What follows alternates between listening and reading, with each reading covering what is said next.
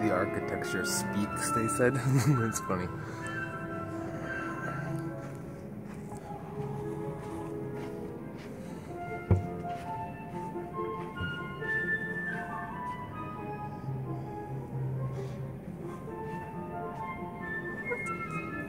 Public land statistics.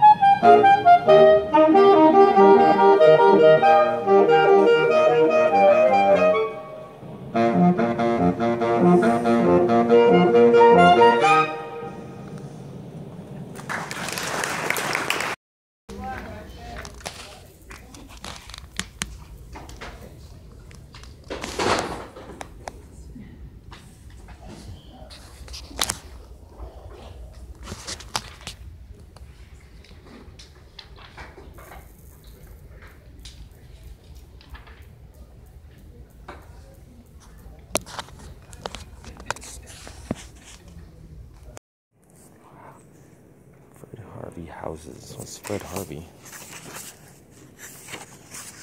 Fred Harvey. Santa Fe Rail, major problem. Fledgling railroad suffered. Jeez. The Indian War.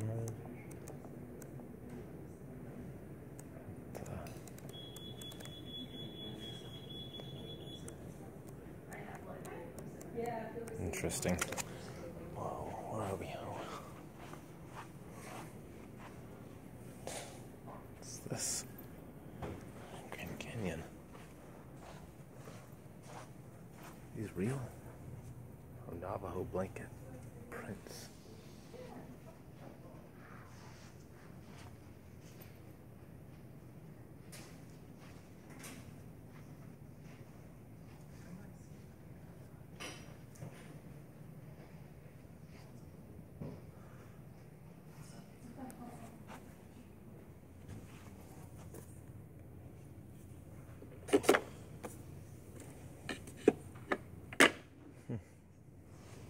Abbreviations of periodicals, Instec, do not remove. Oh. It's like old library material. So this treasure hunting.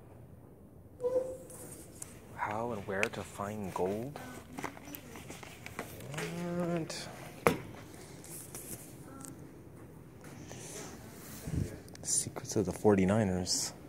Everything you need to know to prospect for gold on your own, using old-timers' knowledge.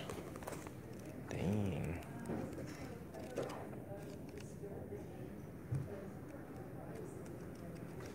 Hardcore. It's pretty hardcore. Where did that go?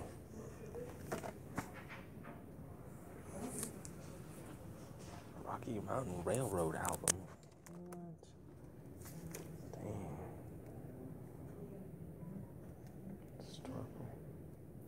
Territory and history. Wow. Historic homes, Phoenix. That sounds cool. Dang, look at that.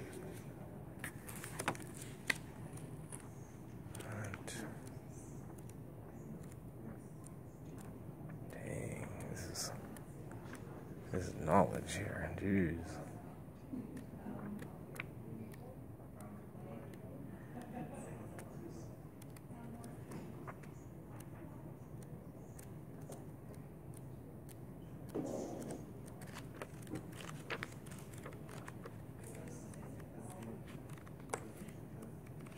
Interesting.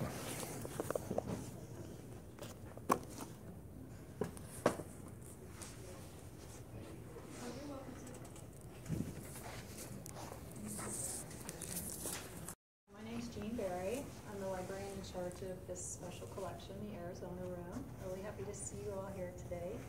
I'm going to be working with Kay and Tom today to give you a brief introduction to this area. A lot of people are not familiar with this special collection. And it'll be just kind of a very small walking tour. It's obviously not a very big area.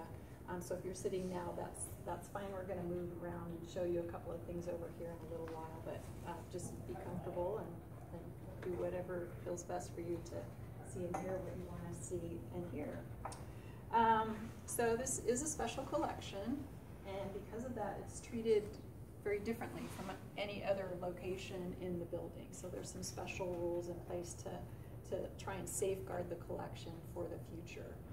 So the rules are posted outside the door, and they're usually on all of the tables, and it's basically just some precautionary rules. We don't allow any liquids of any sort in the room, so we typically ask people to leave their beverages by the door. That extends also to pens and highlighters, so we always have people write with pencils.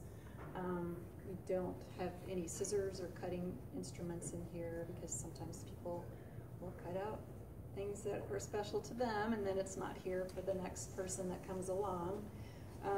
Some items are really fragile or light sensitive, so occasionally we ask people to take a photograph without a flash rather than a photocopy, mashing them down on the glass, or the light activation of the copier can cause light damage. And sometimes we limit the number of items you can have, like 1 book or 3 folders, just because they're very fragile or we're trying to control access. But the collection's open to everyone. It's open all the hours that the library is open, and we serve everyone from students working on an Arizona history project to homeowners researching the history of their home, to authors looking for content or photos for their book. Really runs the gamut. The collection was established in 1934 when Dorothy McClintock donated her husband's files to the collection. James McClintock lived in Arizona from 1878 to 1933, and he was an author, historian, researcher. He served as U.S. Postmaster. He was one of the first graduates from the Tempe Normal School. He was a Rough Rider. He just wore many different hats. He was also a politician. So he was very involved in the political and economic environment. He was also a very prolific correspondent. So we have his personal and correspondence and research files, as well as some of his scrapbooks and photographs. So those are all very important in documenting the place and the people of that time. And that was a very important time in Arizona history, when it was a territory, into the time that it became a state in 1912, and his files extended to the 1930s. He, in addition to the history of this place, there's, again, a lot of correspondence with people or other documents, biographical information about people who were instrumental in the development of the state at the time. We've got correspondence with different Arizona governors, some Arizona State Supreme Court justices, Charlotte Hall, who many of you may know from her museum in Prescott. She was Arizona State historian for some time. And then also some things that are very special. McClintock was friends with President Theodore Roosevelt. They both served as Rough Riders, part of the volunteer cavalry, and we have a series of correspondence between the 2 of them. Those materials are all indexed, and the photos have been scanned and digitized, and they're available through our catalog, and I'll show you how to do that before we wrap up today. But those archives, because they are so special, they're completely unique and irreplaceable and fragile. So we have a few special rules that go along with handling them. We have a viewing room just right behind here, this glass room.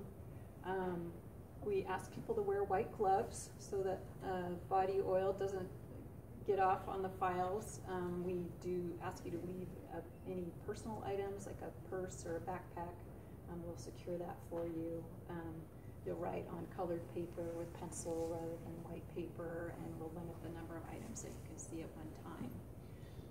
So a lot of people don't actually get to see that collection, although it's open to anyone at any time without reservation. It is indexed, like I said, but Kay has created a little display here, which I know a number of you have already looked at, with one of the scrapbooks and some of the files.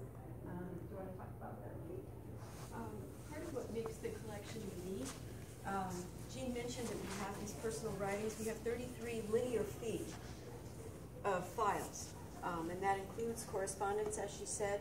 But he was a journalist right from the get-go, was producing articles and things for newspapers when he was a young man, and continued his interest in history and writing throughout his life. So he collected information about things he found interesting, Native American tribes, stagecoaches, aviation, railroads. It just didn't matter. He had his, and so part of our files are his personal research files, where he was collecting articles by other people, and also we have his writings. So what you have here in the case on the right is he was putting together an article about stagecoaches in Arizona and stagecoach travel and how that worked. And we have how the articles were written. So we have his corrections. If you want to look at the finished item and you want to look at how he put the thing together, you could do that with these original materials. He also gave radio shows in addition to supplying articles for newspapers about Arizona and its history. He also did radio shows in the 1930s. And we have the scripts for the material that he would be broadcasting in his radio shows. And you've got a couple of examples here. One, the genesis of Phoenix as a town, and another about the Civil War in Arizona. Personal correspondence with the President Roosevelt. We've got examples here, things signed by the president. And we have a little give and take between the two. Things are the same then as they are now. So anybody who knows anybody would be trading political influence and back and forth and all that kind of stuff. So we have things like that, examples of. His 3-volume history of the state. He was the first Arizona historian after we became a state. Charlotte Hall was, during the territorial period, the historian for Arizona. And he was collecting things all the time. And this case here has one of his scrapbooks. These are old ledger files that people used to use for business, your accounting. So he was using these and pasting newspaper articles about all sorts of things. Some of them are general by time period. This one here is from 1908 to 1913. He just opened it to a representative page. And then he had some of his scraps books, which were a little more focused. Postmaster, development of the post office. He was also in charge of the Arizona National Guard when that was getting organized.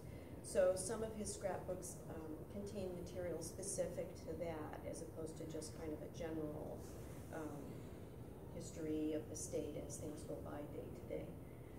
So somebody who was wanting to look at original materials to see how he wrote, if you're wanting to look at how their thoughts are put together, these are wonderful, wonderful resources for anybody really wanting to delve deep into that part of the history of our state when we were becoming official. So that collection was basically the cornerstone and the genesis of the Arizona Room. And in the 80-plus years since then, the library's continued to build it as a research collection covering local and regional history. And there's lots of materials related to local history, but it also spans other topics as well, relating to development and current affairs in Phoenix, Maricopa County, and Arizona, but also looking at social, cultural, political, economic, and literary history. So we've got things on art, architecture, geology, geography, different ethnic, cultural, and religious groups, things on military history, things on water and water rights, transportation, a pretty good collection on Southwest cooking, and that's just kind of some highlights. You know, there's so many other things in there. We do have a little bit of fiction that's typically set in Arizona and the Southwest. Most of those are more award-winning novels. So that's how as to subject matter, we've tried to be very diverse, but also try and be diverse as to format. So we've got many books, but also magazines, newspapers, government documents, microfiche, photographs, and a lot of maps as well. So we're going to walk you through. Is there video? Is videotaping allowed in here? Sure. In this room? Yeah. So we're going to walk you through some of the highlights over here. This is probably the most heavily used area of the library, and we've also pulled out some other special things to show to you. Okay, I'll go over some of the special collections here. These are all the Arcadia published books. They all have to do with Arizona. They're all put together by just individuals like you and me. And so you can see that some of them, they kind of have a Phoenix kind of then and now kind of, but there's a lot of historical pictures. Our own staff has put together some of these books. So there's one lady did one on Glendale, and one on early Phoenix, and one was on Roosevelt Dam. So even our own historian, but anybody can do that. So it's kind of a cool thing, but this is a great little snapshot pictorially. Not a lot of in-depth information, but the pictures are there and they're great. Right over here, I'm a big time into maps. So this is our complete topo collection, topographical map collection. We have the whole state here. And how you would organize, you can either go to this map right here, or you can use the gazetteer right here and just open up to a page and say you wanted, like, Grand Canyon. It would tell you the map name that you needed to go to. In that case, it was Grand Canyon. But like Humphreys, it would say San Francisco Peaks or so forth. It's a great way to, you can actually do the whole Arizona Trail, have the whole map, the trail that goes through the whole state. That's in depth. And also, I put together a database online, we can show you that later, where there's links to the official USGS. And that's all online now. So you can use the maps. A lot of people use their copier and set out their trails, but we also have a lot of trail guides and historical guides, but a lot of information in the 917s about all kinds of, I love hiking, so I put together like several exhibits on hiking, and this is a great resource for it. What? That's okay. Yeah, that's okay. And so on the wall here, just to go over some of our stuff, these are from the WP area. These are Louis Ewing. He set up a silk screen thing through the WPA in Santa Fe, New Mexico, and he founded a little school there, but he popularized silkscreen, which wasn't as popular at that time. So he kind of was the impetus for silk screening in the Americas. And he had several of the artists that are throughout the building were his students as well. And if you see the art around the building, I believe Fritz Scholder and John Toubegay were affiliated with his school. So it's kind of cool. And the Fritz Scholder, we have a lot of their art books as well. So we have a pretty extensive art collection, and the 700s. That's worth checking out. Over here, these are very popular, especially with the kids. These are all our aerial maps. They go start in 1968 and go to present, so you can kind of narrow in, hone in on your neighborhood. You can see what it looks like as it progresses through the years. Certainly, Phoenix has definitely expanded. These are curiosities right here that I found fascinating. So here is the original Phoenix plat map, and this is all of Phoenix right here. And then you can see here it is right here. And that's all Phoenix. And like all the towns were like so far away, like Tempe would seem like really far back in the day. So this is, you can see that map there, and then how small it was. It's just amazing. Just a real tiny little guy. What year is this? This year is, they're all in the, so 1876? 1885. 1885. That would be the town site. This was a reproduction here. Okay. And over here, we have all, these are more continuation of our maps, and we have it broken down in the cities and counties, highways, trails. And over here are in our flat cases are more our historical maps. So you're going to find historical districts, all history of Phoenix as it slowly progresses and grows. It's quite fascinating. Over here this is our clipping file and our periodical index. The periodical index was gifted to us by the U of A, and it's a great little research tool. So you, it's kind of like a finite amount of time, but it helps you get some ideas into the older catalog, so you can get the Arizona Days and Ways, Arizona Highways, and it has all kind of index there. We have also indexes individual for certain years for those as well.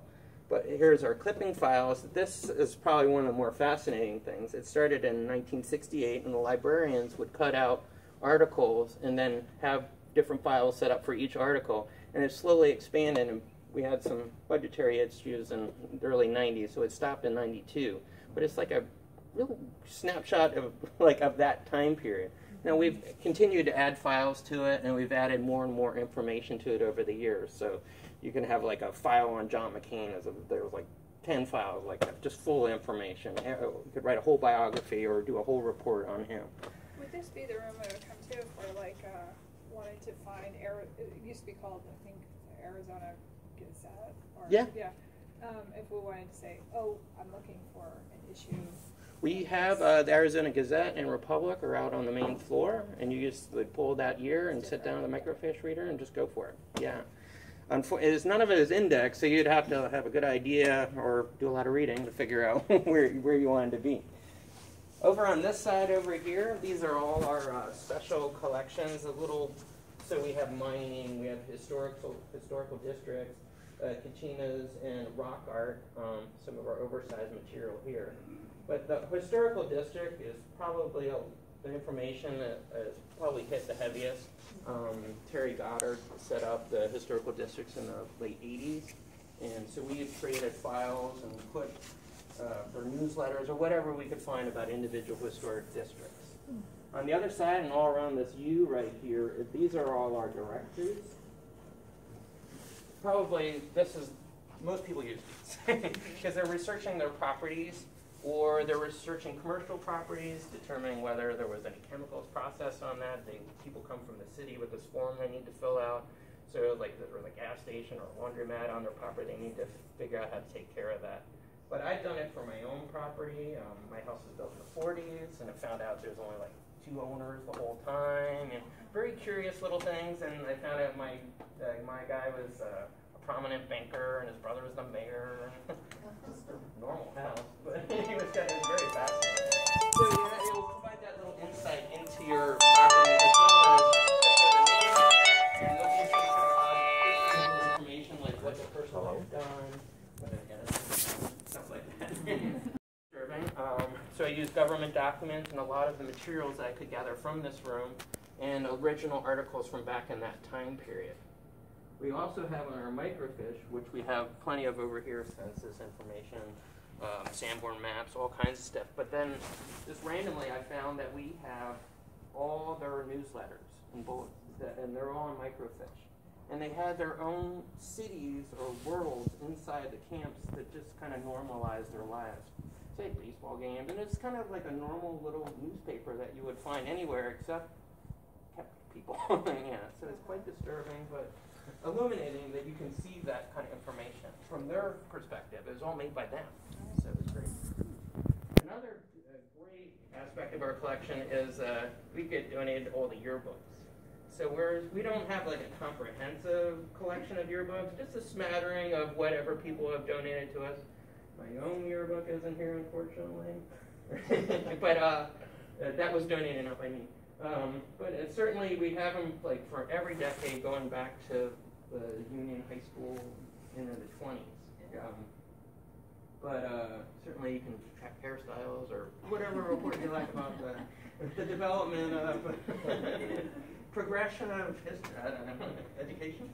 Well, that is based on donations, so Sure. we don't have a complete run of any of the schools. So if you or anyone you know ever wants to donate yearbooks, we're happy to accept them. And it's interesting some of the stories that we get. Like one time I had a woman in here who was involved in a volunteer organization that helps people who were adopted find their birth parents. And she was just looking through one of these yearbooks and felt like a photograph of a particular woman looked very much like a young woman that she was trying to help, and it turned out that it was her birth mother. So just by looking at those photographs, she was able to find her rather than through documentation. And then one time, looking at all of these old directories, I had a Phoenix fireman in here who had a son who was training to be a fireman as well. And in the 1970s, there was a fire in which a fireman died. And so this father was trying to develop additional training for his son and was researching the history of this building to find out the construction and what was in it. He thought that it was a drugstore at the time, and maybe there were chemicals or other things that contributed to the death of his son. Hello. Become a drugstore after that, but we were able to determine that from the directories. And we've also got some Sanborn maps here, which Hello. are very large scale maps. We've got Phoenix and Tucson in paper, and then on microfilm we've got other cities as well. And these will tell you literally what a building is constructed from, like how wide the street is, what kind of easements are there, if there's a church or a school nearby, whether it's a manufacturing plant or a home. So there's some real insight into those maps. Some really important research tools. Not right now. I'm in the middle of a meeting. Yeah. Yeah. So Bruder's good earlier, and one of his mentors was Paolo Solari, who at the top at Forest Lake, about halfway between here and Flagstaff and Arkansas. So this is his whole city of the future here. Right. It's a little teeny corner of this Arkansas. But he had Yeah, I'm in the middle of the library and like listening to some history thing, but you can do that. Really cool. We're checking out. And Paolo Solari's mentor was Frank Lloyd Wright, so there's kind of this like progression of architecture here. These are some of the original proposed designs for the library right here. You can see here's they're making the deck park tunnel right here, and here's the original model with some kind of like raised parking platform here, which obviously never came to fruition. But some of his original conceptual drawings. Back in the day, about in the late 80s, we had a $1 billion bond initiative that passed, and of course the libraries got a portion of that. The Dr. Ralph Edwards, who is the city librarian, put out a facilities needs statement, and then 29. Well, what they determined from that facilities needs statement was that they wanted a building that was functional, flexible, and easy to use. So with that in mind, 29 proposals came to us. We have all of them in the back. And 5 were presented, and Bruder's design was accepted by the city and the library council, whichever. Yeah. Sorry. Good segue. One thing that a lot of people notice are the Solari bells here. If you're not familiar with Paolo Solari, he's an Italian architect who was based here in the 1950s. And he studied under Frank Lloyd Wright at Italia in the West, and then returned home to Italy and worked in a ceramic manufacturing plant and learned this process of lost styrofoam casting. So these are a combination of sculpture and bells, and for the sculptures, he was carving styrofoam. Each of these is unique, one of a kind item, and then molding sand was packed around that styrofoam, and then hot metal poured in, so that the styrofoam dissipated immediately from the heat of the metal and just left in this molded sand. So from what I understand, just from hearing Will Bruder one time, when the library first opened, was giving regular tours to corporations that had conferences here in town, and was charging money to give those tours, and used that money to purchase these bells for the library. So that was a real gift. We're almost done. Do you want to cover these? A couple of things that we have put together. One, we were mentioning earlier, the researching the properties, things like that through time. And staff over the years have put together this Phoenix Street Guide, because the names of the streets change. Boundaries change over time. And all of a sudden you're researching something back and it disappears, and like, oh, what's going on? And they actually put together dates and places of when something changed into something else, and it's been a really nice tool, a unique tool that we have to offer for people coming in to do that sort of research. Another kind of not so well-known fact about the paper, people wanting to do genealogical research will come here to do some things, and we do have a copy of the Arizona newspaper obituary index. At some point, the Arizona Republic would not automatically print an obituary. Most of your small town newspapers, if somebody passes on, it's just automatic, you'll see an obituary printed. After Phoenix got big, they quit doing that, and you have to kind of take out an ad, like a garage sale. You don't pay to do that, they're not automatically going to print an obituary. And the microfilm rolls, you know, it's very clunky to search through that stuff, and if you don't have a date, you know, even to go through a different date ranges, after the 60s, 70s, 80s, and 90s, the Arizona Republic had multiple editions. So that makes that kind of searching really difficult. So as was mentioned, we have the microfilm for the paper, and using the obituary index, you would at least be able to see whether or not it's worth doing that sort of search. For people looking for genealogical information here in our collection, we have a lot of things, histories of early ranches in Arizona, and also the historic district area that was mentioned earlier. When the city put together their historic district research, initially they have, and we have the copies of the Hispanic historic properties, African American historic properties, and in addition to just listing the properties in with a photograph, there's a lot of oral history that was included in those. So it's not just cut and dry, here's a list of properties. There's also a source for oral history and photographs, and since a lot of those properties get destroyed, things get built over, whatever, that's a wonderful place to also do that sort of research that's part of our collection. I think you were going to show them how to get to the images. Yeah. I mentioned earlier that the photos in the McClintock archives have been digitized.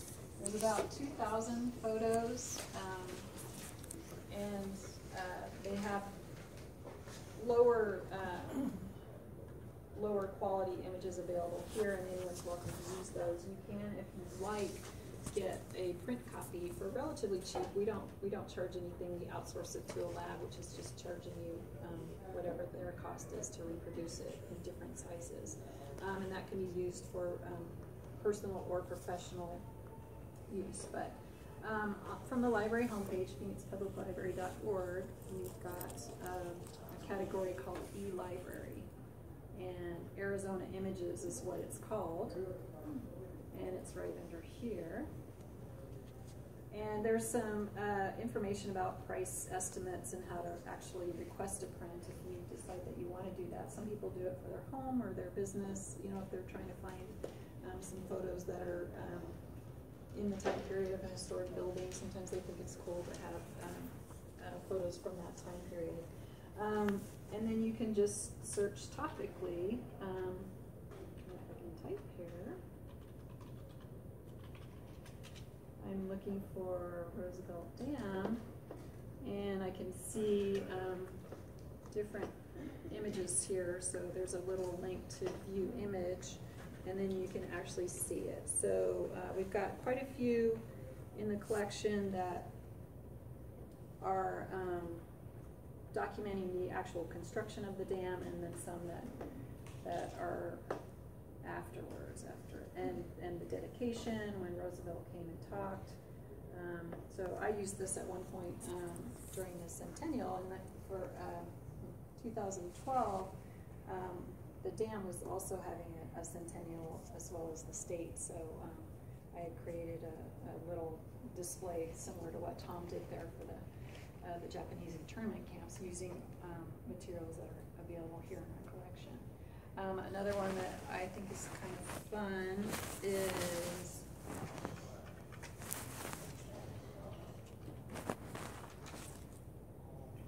everyone knows that there was a lot of ostrich farming here in Arizona in the early part of the century. It was ostrich feathers were very often used in women's hats. So we raise a lot of ostriches here in this state. And there's quite a few photos about that. And I guess around the time of World War I, fashions changed, and so no more ostriches. Yeah. Except for that, that festival in Who were Mesa. the McClintocks? James McClintock was a resident here from the 1870s until the 1930s, and he was a historian and author. He was very prominent in the community. His wife donated his personal research files and correspondence and photos and other things after he passed away in the 1930s. Sure. So that's kind of the highlights that we have. If anyone has questions or you want to just wander around the room, you're welcome to do so. I really appreciate you coming and showing your interest in the room today. What are the materials that we need gloves for and stuff? Which ones? Typically just the McClintock files. Oh, Those are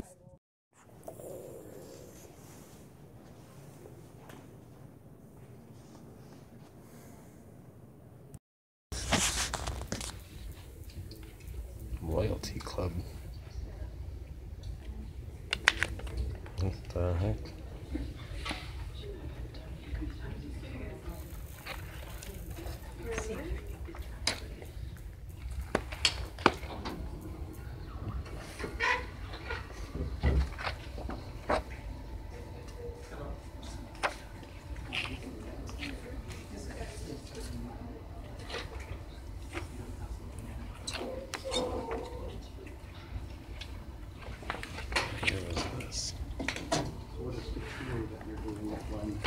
just an introduction to the room.